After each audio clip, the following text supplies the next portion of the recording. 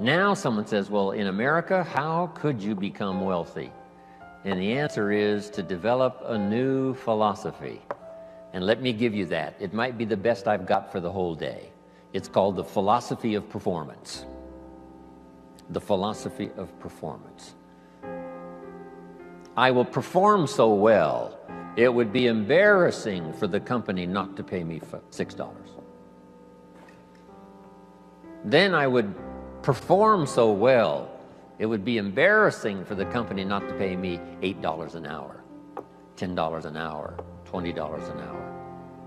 So now we've got several philosophies going, and if you want to change your economic future, it starts with your personal philosophy. Okay. Now, here's what's interesting in America. I'm sure all of us can think of someone who makes $5 an hour getting started. Can anybody in the audience think of someone who makes $50 an hour?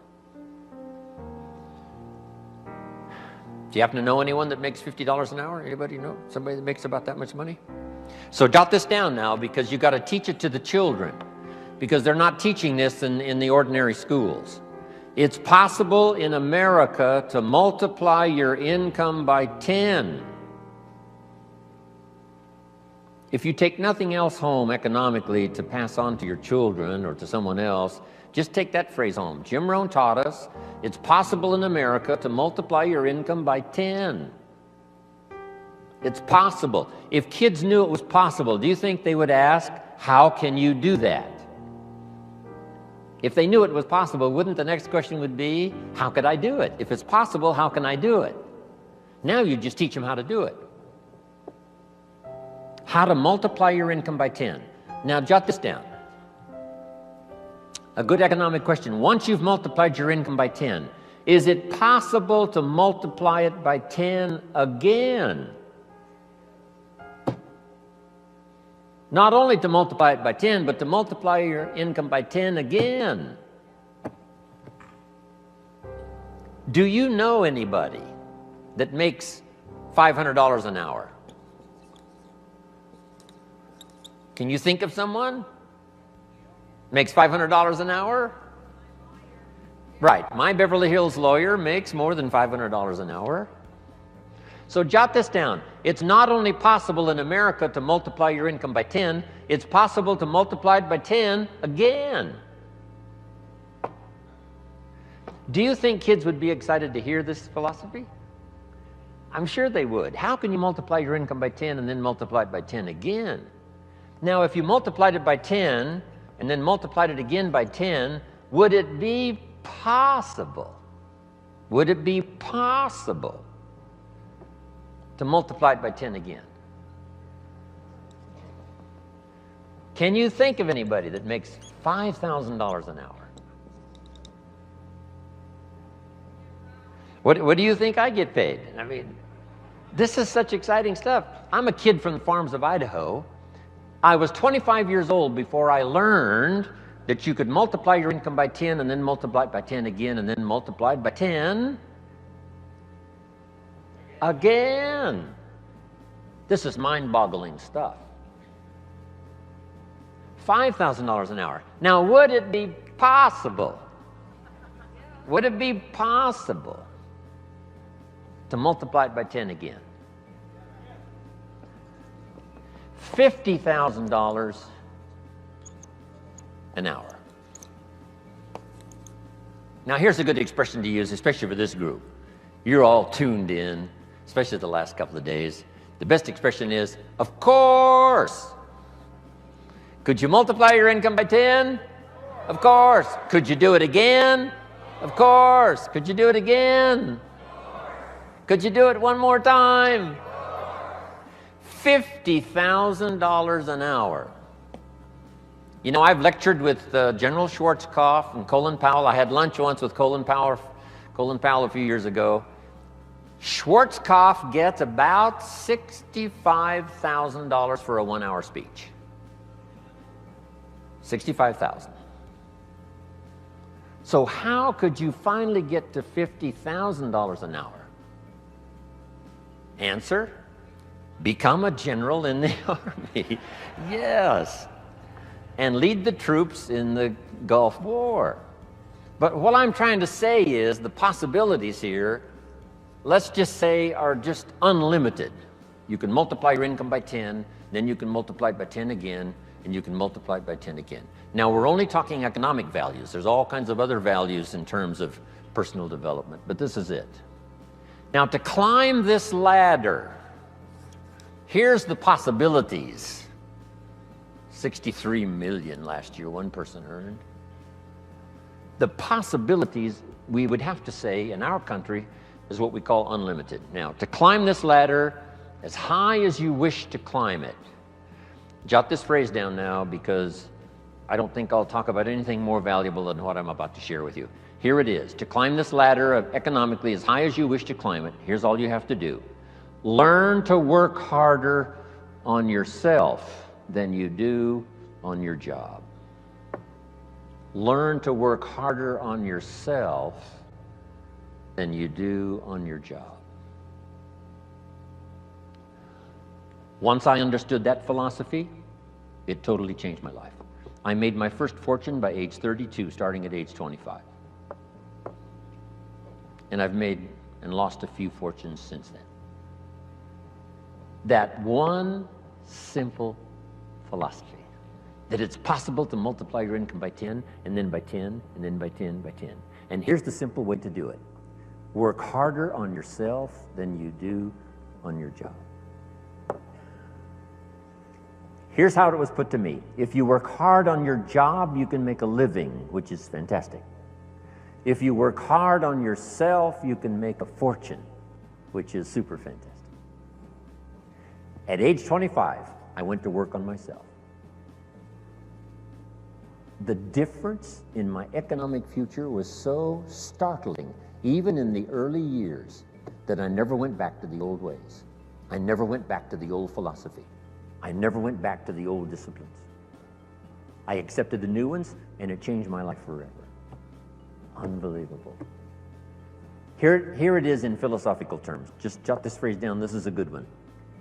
Success is something you attract by becoming an attractive person. Success is not something you pursue. Success is something you attract by the person you become, by becoming an attractive person. Now, what could you think of that would start to make you more attractive to the marketplace? This is such simple ABC stuff. Okay? Let me give it to you. Let me start with this. Jim Rohn's view of the 21st century. We've begun a new century, 21. We've begun a new millennium, number 7. Some scholars hold great significance to this 7th millennium. And I think it's probably true. It's going to be the most extraordinary time in the history of the human race, I think. And these opening years now of the new millennium and the new century, how could you take advantage of this extraordinary time in human history and make for yourself an extraordinary life? Because it's all possible. So jot this little quote down now. It's one of the best I've come up with, I think, lately. And I'll just quote it slowly so you can jot it down and take it home. Here it is. From testimonials and from personal experience, we have enough information to conclude that it's possible to design and build and live an extraordinary life. From testimonials and from personal experience, we have enough information to conclude that it's possible to design and build and live an extraordinary life. I'd like to have you think about that, not just here, but even after you've gone back home. think about it at least often enough to say, I think that's true. From testimonials and from personal experience, we have enough information to conclude that it's possible, it's not a guarantee, but it's possible to design and build and live an extraordinary life. Now, if you believe that and accept it, you just simply use that as a foundation, as the fundamentals. So now jot this down. Jim Rohn's view of the 21st century. Number one, unprecedented opportunity. Unprecedented opportunity. These are probably going to be the most extraordinary times in the history of the human race, 6,000 years of recorded history. We got through the last millennium. We especially got through the last century, a bloody century, the 20th century. Hopefully those major wars of devastation and destruction are behind us. World War II claimed 50 million lives. 19 million of them were Russian. The devastation of the 20th century was unparalleled and unprecedented. The savagery was unbelievable. The Holocaust was insanity of the most unbelievable kind. Hopefully that is in the century past. And that we have a new chance in a new century to build a new world and a new country and a new future. With all of the challenges. With Saddam Hussein, with the terrorists, and all the rest. Once the walls came down, about 12, 13 years ago, and I was just in Berlin the other day lecturing and had a chance to go to the Brandenburg Gate, Checkpoint Charlie, see part of the old Berlin Wall. Once those walls came down 13 years ago, the world now has forever changed. Because here's how the history of the human race reads. Opportunity mixed with difficulty. Sometimes more difficulty than opportunity. The history of the human race reads tyranny and liberty. Sometimes more tyranny than liberty. But now the world has totally changed. Since communism is on the run, the dictators, most of them are all gone. When I used to lecture years ago in South America, every country had a dictator. Now they're all gone. Castro and a few are left, but that's it. And they will soon all be gone. Within a short little period of the rest of our lifetime, all the dictators will be gone. A new wave of economic uniqueness, capitalism, free enterprise, liberty, freedom, democracy is absolutely sweeping the world. So for a long, dark time, there was more tyranny than liberty. Here's what is unique about this new Century 21, more liberty than tyranny. More freedom than oppression. This is an unprecedented time.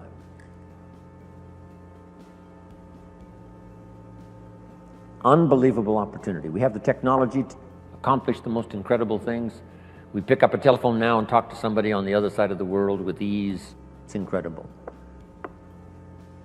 We fly, we've got transportation. I get on an airplane, 13 hours later I'm in Hong Kong. 5 meals, 3 movies, and you're there. I mean, it's unbelievable.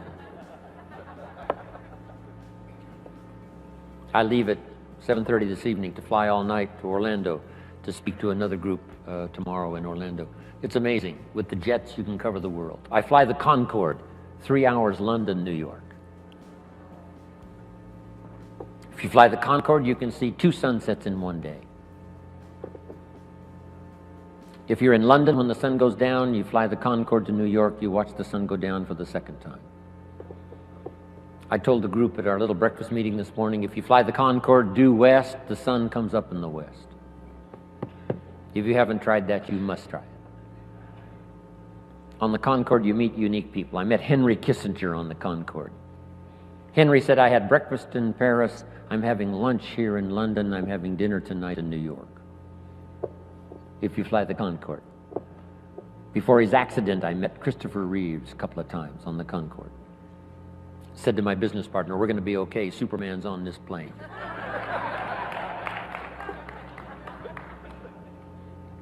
This is unprecedented opportunity now, the 21st century and the beginning of the 7th millennium. These are extraordinary times. Now here's number 2. However, keen competition. World competition. We're dealing now with Iraq. A big part of it is competition. Hopefully the nations of the world will settle a big share of their differences so we can develop unique economic, social, personal prosperity for the future with limited conflicts. No more horrors, no more holocausts, hopefully. But with the human race, you always have to keep your fingers crossed. Who knows? But I think it's going to be a time of unprecedented opportunity, but unique competition. Now, to take advantage of the 21st century and this opening of the new millennium, how could you use the opportunity? Mind. Now that you've arrived, told me your story, I'm beginning to see the light. Words. The old prophet said this, words are like a lamp for your feet so you can see where to walk. And words are like a light for your pathway so you can see where to go. With words, you can show somebody where to step and where to go. I said a little prayer before I left my hotel room this morning and asked God to give me a little stronger gift of words today so that my words might have meaning. Maybe I've caught you at just the right time. Maybe this is the moment for you. And if I can say something uniquely enough, using the English language best as I can, words are sometimes clumsy when you try to express what's going on in your head, let alone your heart.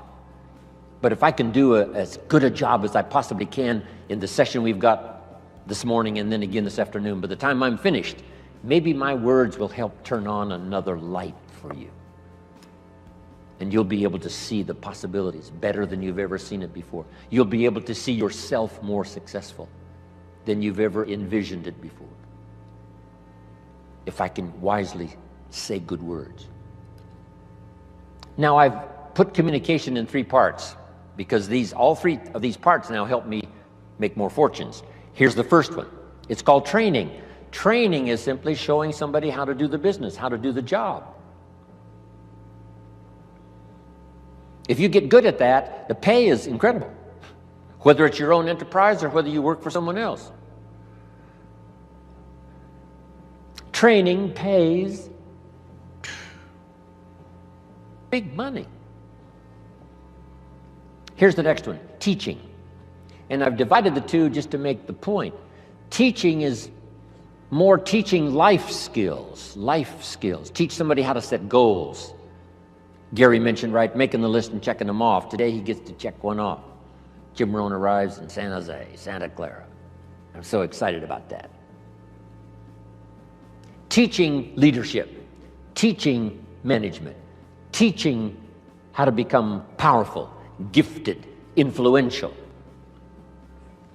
Teaching father skills, mother skills. I've now, the last 15 years, learned grandfather skills. I set a goal when I became a grandfather to be one of the best grandfathers any grandchildren ever had in the whole wide world. I practice it. I think about it. How to use my newfound life as a grandfather and learn every skill possible to dazzle my grandchildren. I'm one of the best.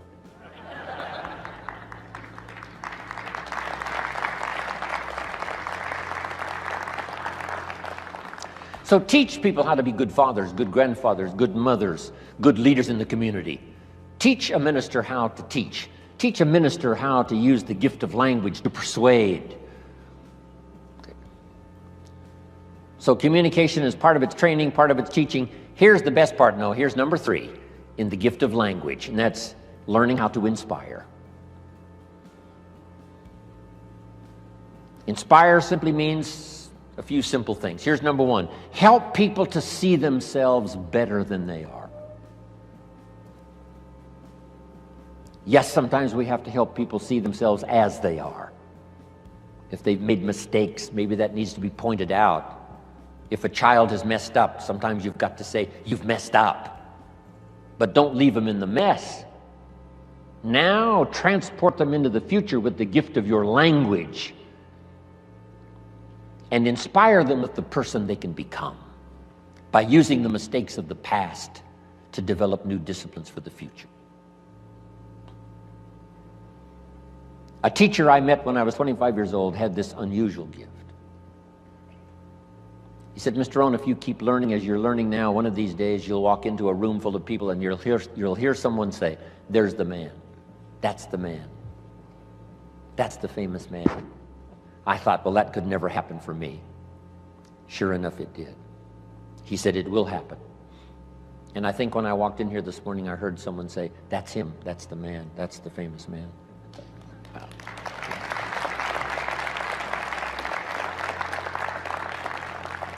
You must transport your children into the future.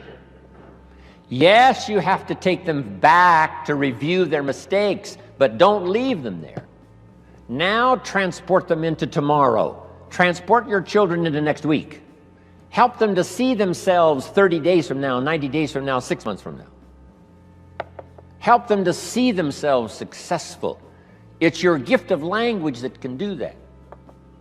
Help them to have faith for themselves and faith for the future.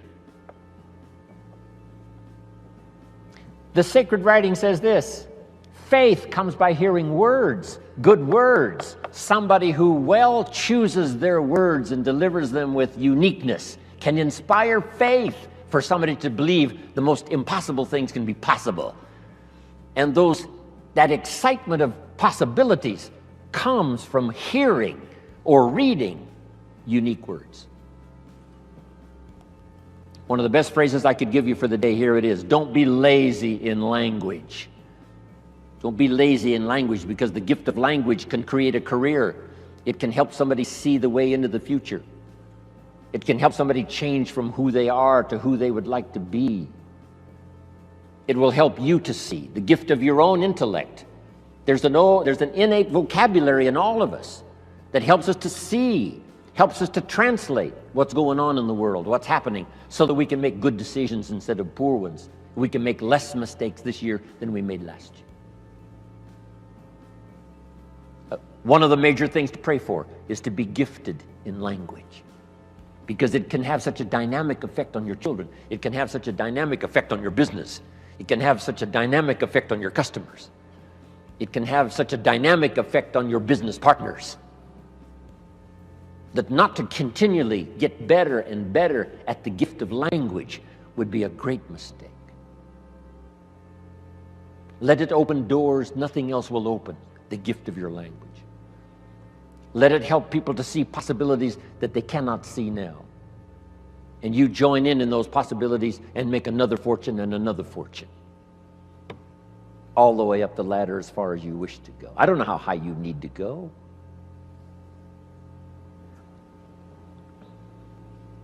What were the instructions given to the first couple after the garden experience, Adam and Eve, according to the storyteller?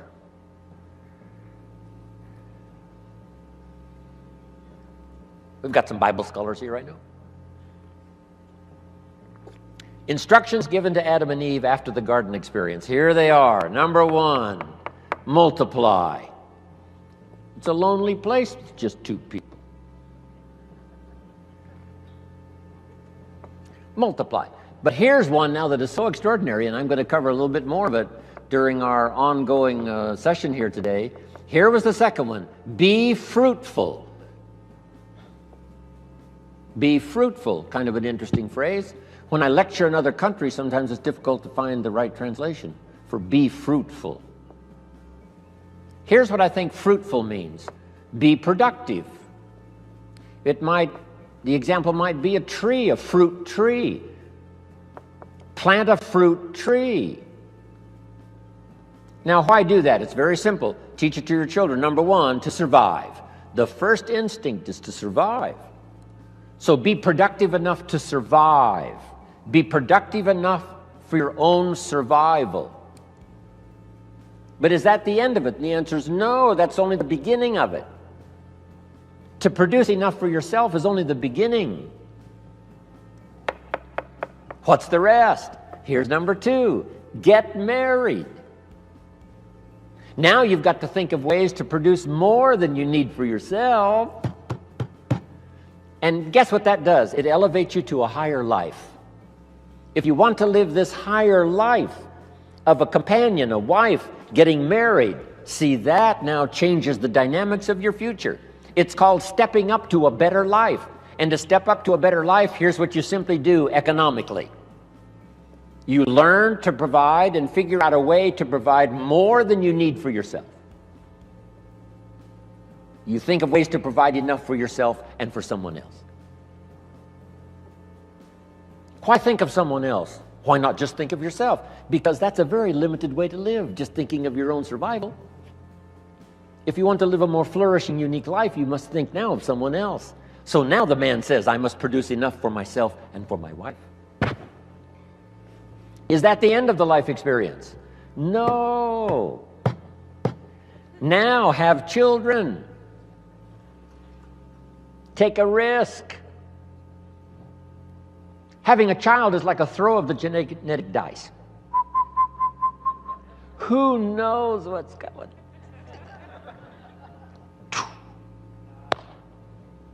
See what happens. But now a man who now wants the experience of having children must now think of ways to produce enough for himself and for his family. Someone says, why do that? Why not just take care of yourself? Because that's such a beginning way to live. Survival is okay, but it's not the good life. Now take it a step further. Jot this one down. A man now figures out, because he's learned now, he's experienced, and he understands what life is all about. Now he figures out how to produce more than he needs for himself and for his family. Just jot the word down, more. Keep thinking more. How could I produce more than I need for myself and for my family? Someone says, why do that? And the answer is to live a higher life, because now you can be generous. Now you can support worthy projects. Is that it? No. Here's the next one. To produce much more than you need for yourself and for your family. Someone says, why do that? And the answer is to live this higher life.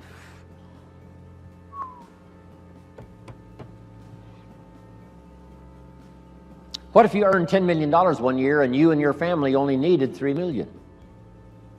That would probably take care of the average family, $3 million. Some families are more expensive than others, but let's say $3 million would pretty well take care of most families. But you made $10 million, and you and your family only needed $3 million. Now you've got $7 million to give. Wouldn't you like to live that kind of life? Someone says, why do that? And the answer is, the possibilities of economics are so available that if you wish to, you can not only earn enough for yourself and for your family, you can earn more than you need for yourself and for your family, and if you really wanted to, you could earn much more than you need for yourself and for your family. Wow. Is that it? Let's take it one step further. Just jot this phrase down. Figure out a way to earn far more than you need for yourself and for your family.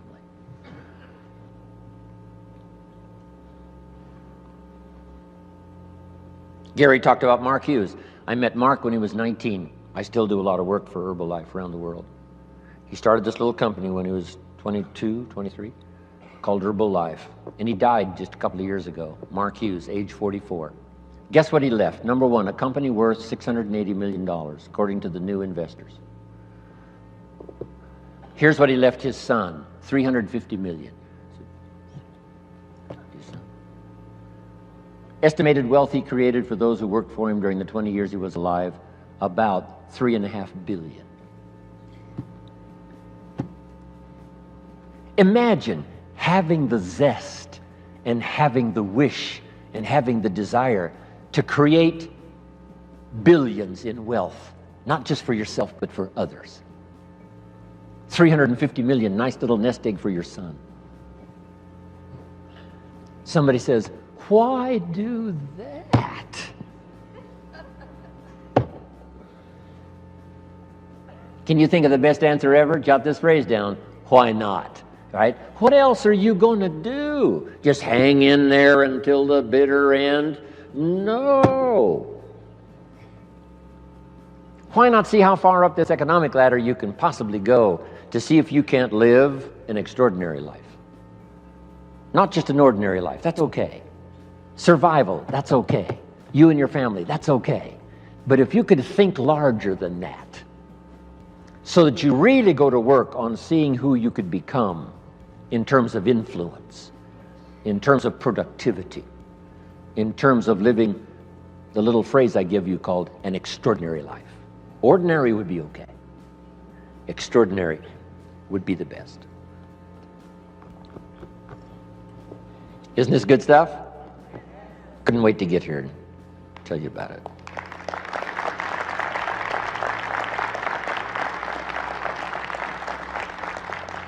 I could hardly wait to hear what I've got to say today.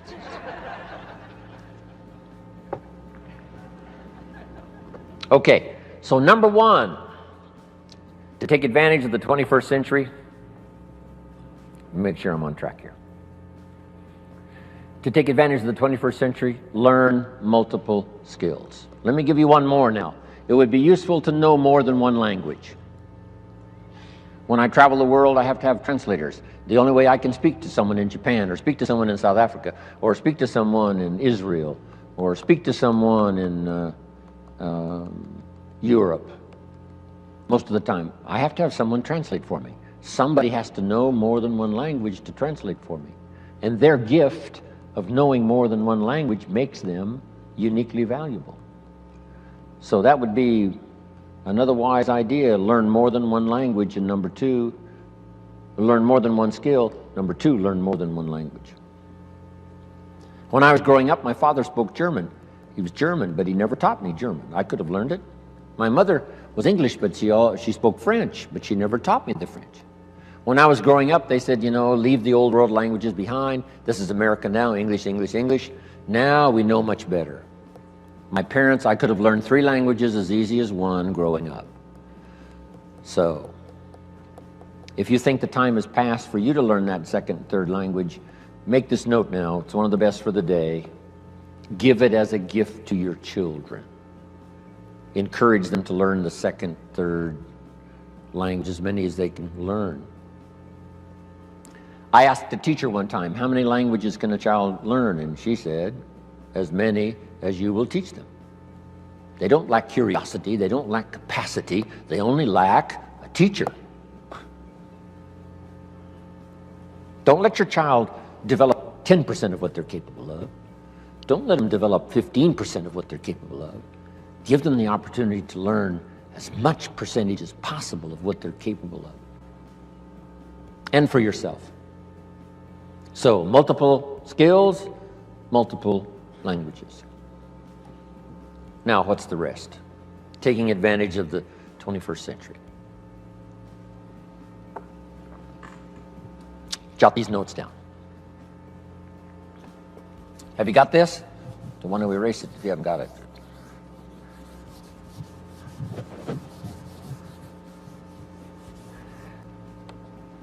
I've got 5 key things to talk about during my presentation for the day. 5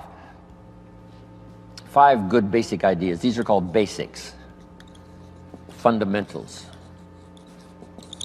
And it's interesting that I only have 5. How many fundamentals are there to anything?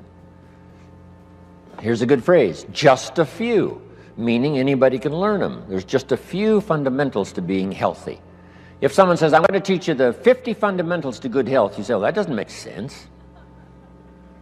There's not 50 fundamentals to have good health. There's just a few. 6, 7, 8, that's about it. If you want to learn to play basketball, you got to learn the fundamentals. How many fundamentals are there to the game of basketball? Just a few, 5, 6. If you become extremely gifted, maybe 7, 8. That's it. That's it. Now here's what's interesting also about fundamentals and basics. There's no new ones. I mean, this stuff's been around for a long time. So beware of someone who says we got new truth. Say, no, truth is old. It can be, more of it can be discovered, but there's no new truth. If someone says, I'm manufacturing antiques, wouldn't you be a little suspicious? Say, no.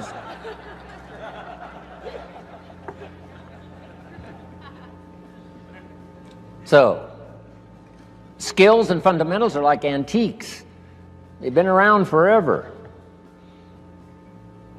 The law of averages I teach in one of my seminars. The law of averages. Here's what it says. If you do something often enough, you'll soon have a ratio of results. If you do something often enough, you'll soon have a ratio of results. If at first you talk to 10 people, get 1 to say yes. That means you're getting 1 out of 10. Talk to 10 more, get another one. Talk to 10 more, get another one. Talk to 10 more, get 2 instead of 1. Why is that? You're getting better. The law of averages works for anyone. One we've learned for a long time. Here it is. It doesn't ever change. Whether it's a church or a business, 20% of the people do 80%, 80% do 20%.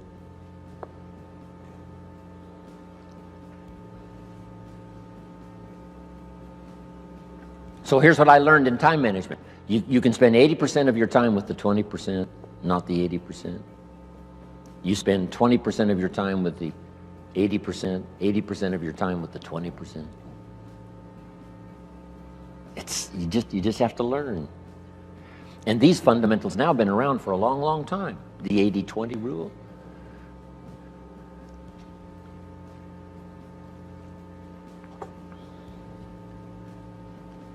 We bring products, tapes, books, videos, right?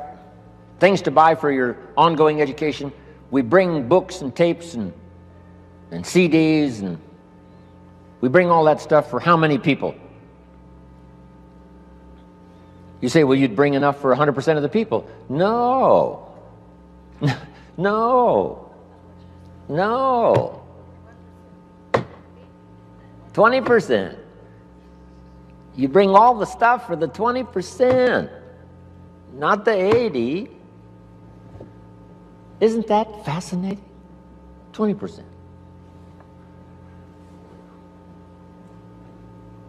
It's fascinating, people's different reaction to the same presentation. Someone walks out of my seminar and says, wow, I'm going to go change my life. Someone else walks out and says, oh, I've heard all this stuff before. Same seminar. It said the first day the Christian church was started, first day, the speaker, Peter, got up, gave this classic presentation to a multitude, vast number of people. And what was interesting was when he finished, the reaction to his presentation. It said some of the, I think there were thousands. It said some of them laughed at him. And I thought, why would they laugh? He seemed sincere to me. And it said some of them mocked him. And I thought, why would they do that? Then I found out they're the mockers. That's what they're supposed to do. And the laughers are supposed to laugh. It said some that heard this magnificent presentation didn't know what was going on. And they're easy to spot. They're usually saying, what's going on, right? I mean, they don't know what's happening. But then it says this, some that heard believed. And the number that believed was about 3,000. Didn't give us the total, but out of the total, 3,000 said, hey, this is good enough to follow. So that's life. Once you learn the percentages, right? It's called the law of averages. It's one of the best studies. It's in some of my CDs and presentations. But now, let's talk about the fundamentals of life, the fundamentals of success. There's just a few. They're basic. It's like ABCs, which I deal with primarily, ABCs. So let's go through them. Here's number one. We've talked a little bit about it, by way of introductory, it's called, one, your personal philosophy.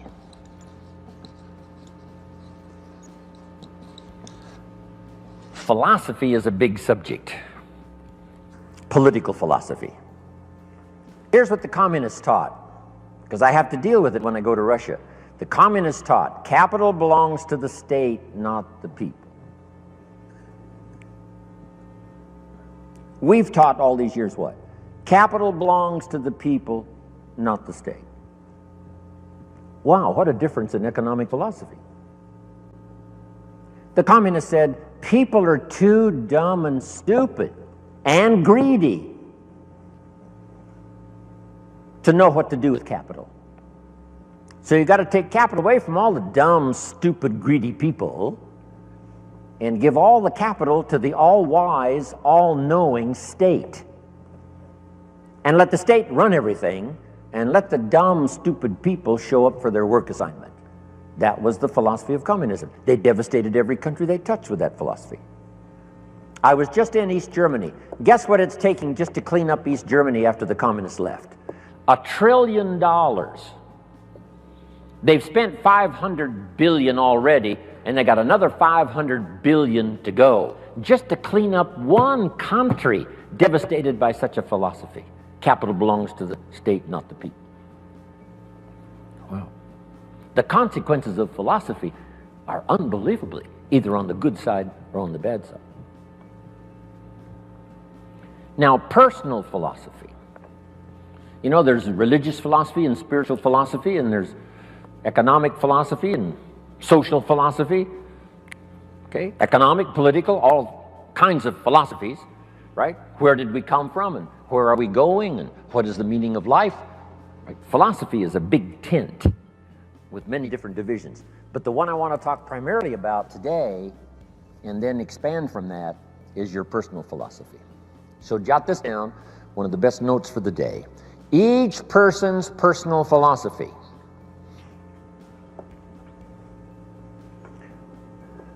is the greatest determining factor in how your life works out.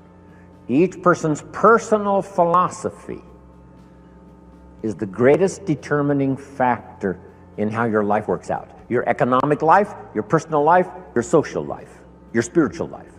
All starts with the conclusions you've made in your personal philosophy. We gave the example earlier on economics. There's 3 or 4 different philosophies to choose from in your economic future. Now make this note. Personal philosophy is like a guidance system. A guidance system. And it has to start early. When a child goes to school, they've got to have a pretty good guidance system working. And this guidance system does just 2 things primarily. Here's number 1. This guidance system helps you to see the dangers over here and try to minimize those or eliminate some of those. That's one of the first orders of human existence, is to learn early where the dangers are so they don't swallow you up, don't devastate you economically, socially, personally, or lose your life.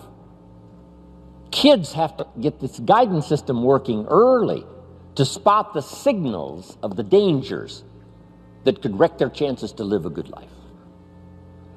Now, this guidance system also helps you to see over here the opportunities so that you could maximize those. So if you learn to minimize the dangers, maximize the opportunities within this working environment now, we call this working things out to live a good life. But you can't possibly live much of a good life if you don't keep learning where the dangers are so you can avoid those, and learn where the opportunities are so that you can maximize those. That's about as simple as I can put working on your personal philosophy.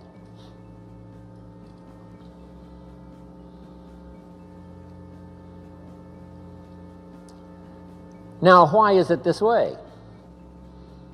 Why is life both danger and opportunity? Here's the best advice I can give you.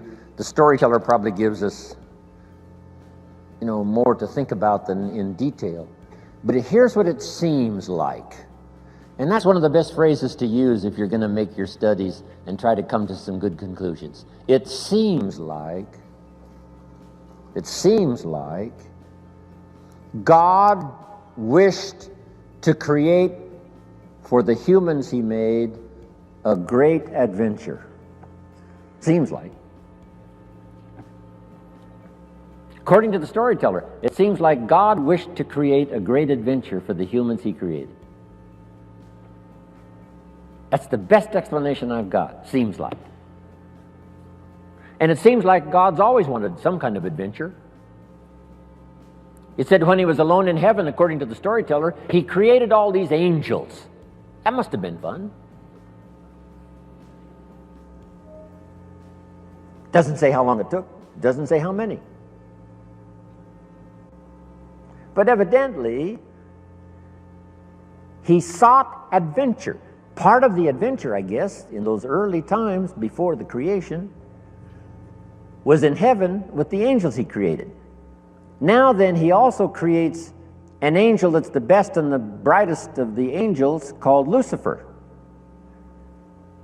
And so begins, according to the storyteller, one of the great adventures of all time. And along the way, the idea occurred to Lucifer that he could take over God's place, become God in his place.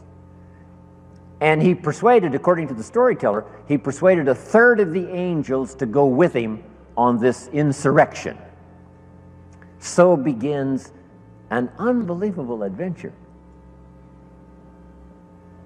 Seems like that's what God wishes, some great adventure. Not just sit up there and float around on a cloud. Create some angels, create Lucifer. Lucifer persuades a third of the angels to go with him in insurrection. Now they lose out, and uniquely enough, according to the storyteller, God doesn't kill them all. That would end the adventure. But rather cast them out of heaven down to earth. And so now continues this unique story of Lucifer and the third of the angels now cast to earth, creates another adventure. Interesting. The Bible is such a fascinating book, giving us seemingly, what God delights in, and seems like God delights in creating this unique adventure.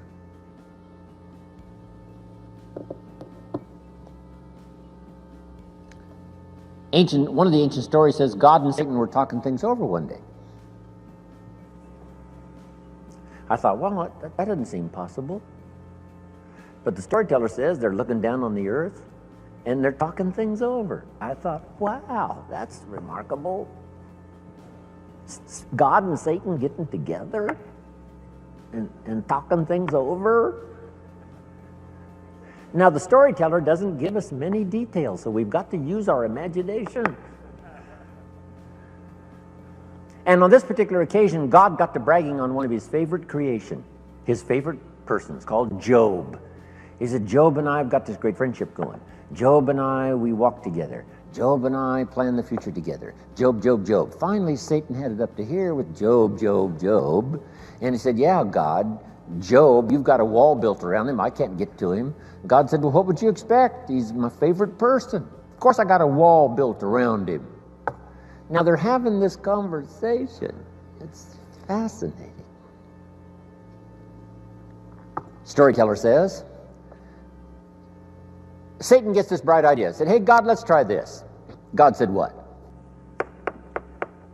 If you'll take the wall of protection down from around your favorite friend, Job, he said, I promise you within a short period of time, your favorite friend will curse you to your face. God said, no, he'd never do it, not in 100 years, no matter what.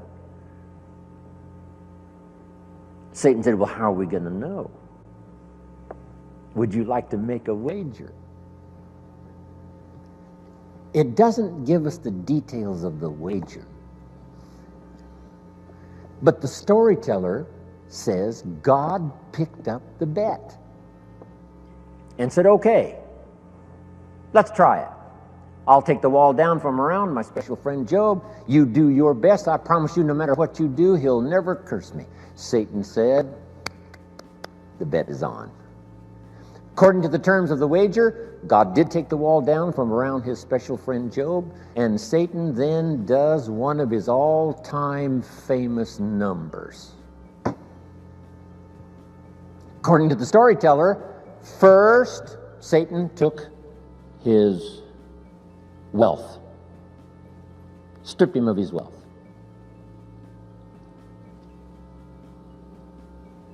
Satan said, that'll do it. Where's your friend God? He didn't curse God. Satan said, well, number two, took his health. Blow number two. Surely now he'll curse his friend God. No. Blow number three, and the worst, took his family. His health, his wealth, and his family. Gone. Satan said to God, here's where he does it. And sure enough, Job's wife comes along and says, Job, looks like your friend God has long forsaken you. You might as well curse him and die. And Satan said, here's where he does it. And God says, well, he hasn't talked yet. And while they both listen, Job says, never would I curse my friend God no matter what happens. God said, I knew it. I knew it. And picked up the bet. Whatever it was, doesn't tell it. Isn't that a fascinating story?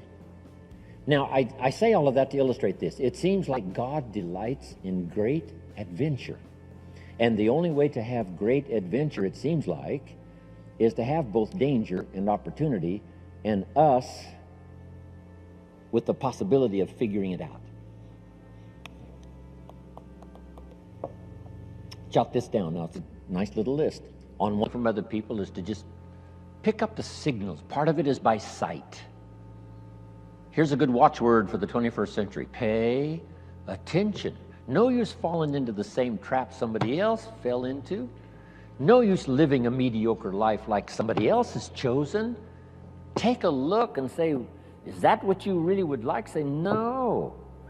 Here's somebody that never read the books, never made the changes. There was a class and they didn't take it, a skill and they never learned it, a discipline and they never tried it. And they blame the government and blame taxes and blame society and they blame circumstances and all the rest. They don't know. And the key is watch carefully. Don't you fall into that same trap. That's how we learn, from what we see. Here's next. If we learn from what we see, we put some of this on video so you can see it again and again and again. Next, you learn from what you hear. We put it on CDs so you can hear it and hear it, hear it. We don't ask you to come to just one seminar. We ask you to come and listen again, listen again. Here's what the early Christians were taught. Don't neglect the assembly. When we call an assembly, do your best to be there, because you never know which of these assemblies is going to change your life forever. You'll never be the same again. And you can't pick the one that's going to totally change your life. You just have to do like all of you I know do. Consistently go, consistently go, consistently go, consistently take notes, consistently go to seminars and lectures and all of the rest, because some of them will be life-changing. Maybe this one will be for some of you. The time is right, the words are right, the ideas are right, the moment is here. We don't know. We just come as many times as we can, be affected by as much language as we can, and see what that'll do for our sight and our ambition, our willingness to develop skills, be a leader, influential. Here's the next one. Be a selective listener. Don't just load up on stuff that isn't going to count. We all need a little humor, but not that much. Life is a pretty sober place. It's life or death. It's success or failure. It's flourishing or mediocrity. This is a serious matter. So, make sure that what you listen to gives you the full range, a good diet of things to listen to. The positive, yes, but the negative also. We need to hear it from both sides. Okay.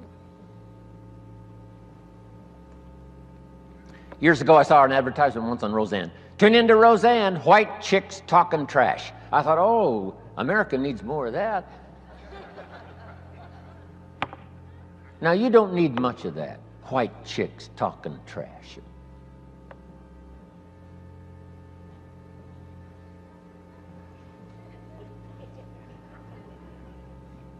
Here's a good note. This is a good one. My teacher taught me when I was 25, stand guard at the door of your mind. Stand guard at the door of your mind. And you decide what to listen to, what not to listen to, how much time to give to what.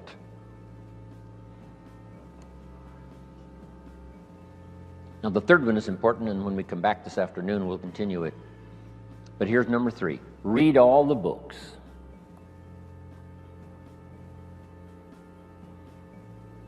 Now, there's millions of books, so you can't read all the books. But here's what I mean by read all the books. Read all the books you need to read to make your fortune, become powerful, influential, healthy, prosperous, aware, bright, helpful, partnership, father, mother, grandparent.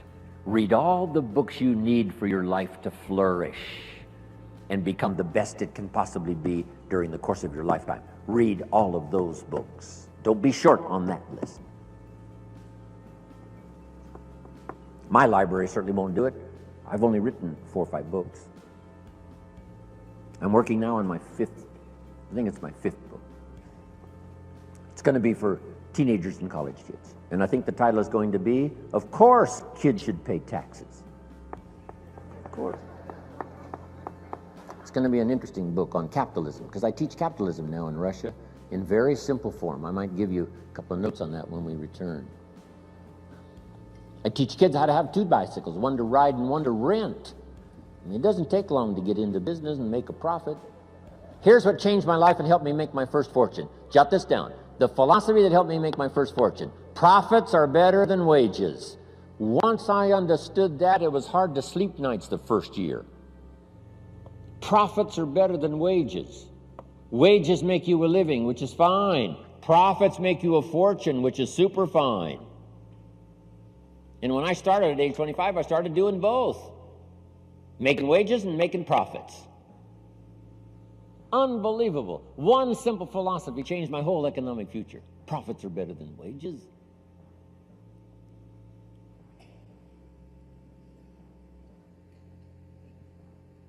Read all the books necessary. Now, I'm going to give you some that started my library. I've got one of the best. If you saw it, you'd be impressed. Haven't read everything in my library, but I feel smarter just walking in it. Right. Okay, Gary, where are you?